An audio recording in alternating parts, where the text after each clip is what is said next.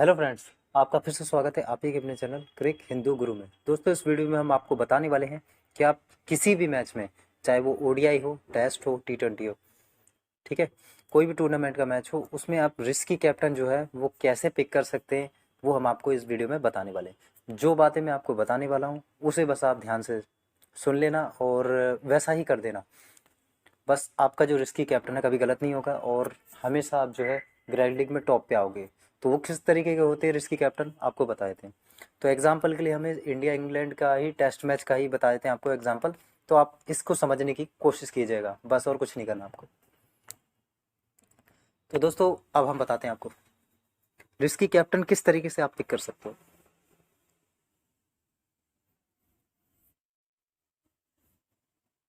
Net slow चल रहा है दोस्तों।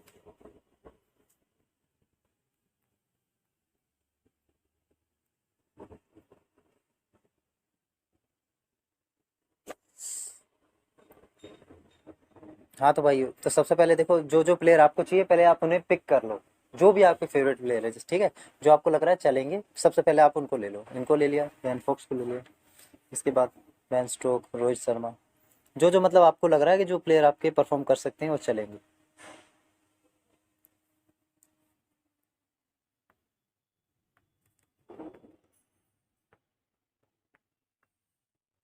कुलदीप यादव को ले लिया यहाँ से, जरा इनको ड्रॉप करके, और उसके बाद हम ले लेते हैं किसको, रियान अहमद को।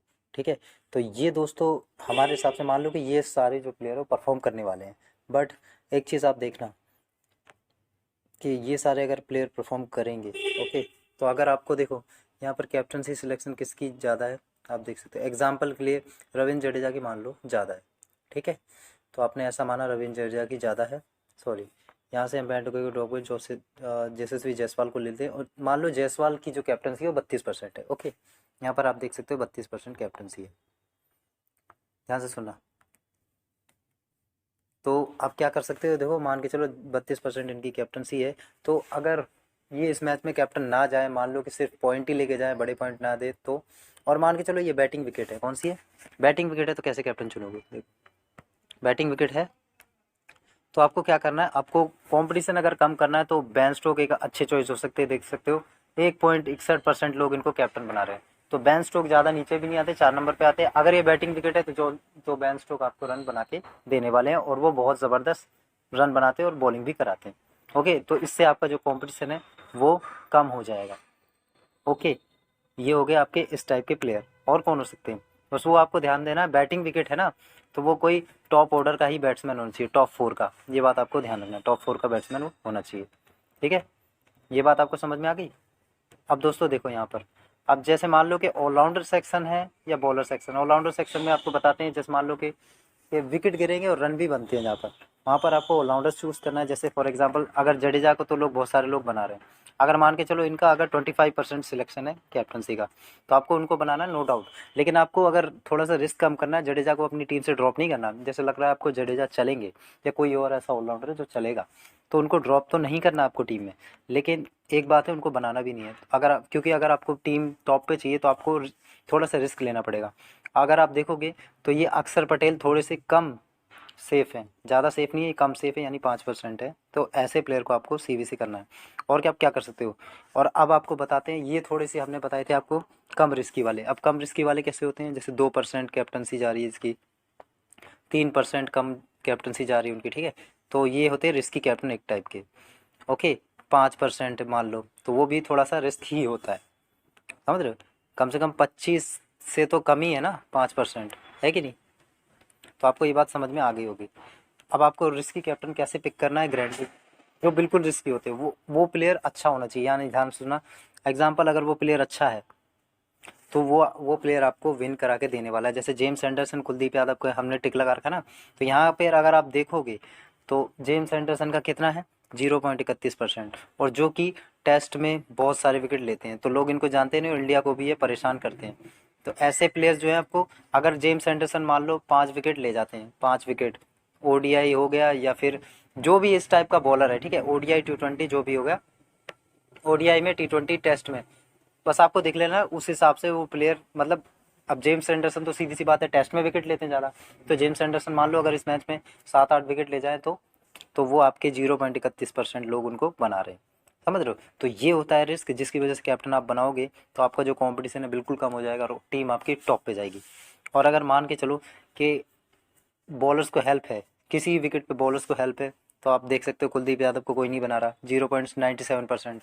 और सामने वाली टीम के खिलाफ देख लो कि वो स्पिन के खिलाफ फंसती है कि नहीं फंसती है। अब जैसे इंग्लैंड है, इंग्लैंड तो स्पिन के खिलाफ जो है स्ट्रगल करती है हमेशा, स्पिन के खिलाफ हमेशा स्ट्रगल करती है दोस्तों, समझ रहे हो। तो ऐसे प्लेयर पे आपको रिस्क लेना है, ना कि वो नहीं कि बॉलिंग भी नहीं डाल रहा ना बैटिंग कर रहा है तो उसका कोई फायदा नहीं। अब जैसे कुलदीप यादव कोई भी 5 विकेट निकालते हैं, आप सबने देखा होगा, कई बार देखा, और देखो सिर्फ 0.97% लोग बना रहे हैं, यानी 1% लोग भी नहीं बना रहे। और ज़्यादा से ज़्यादा अगर मान के चलो इनका 1-1.5 हो गया ना, तो फिर भी वो ज़्यादा नहीं है, वो भी एक रिस्क ही है, रिस्क कैप्टन की सिलेक्शन में आ जाता है, समझ गए दोस्तों।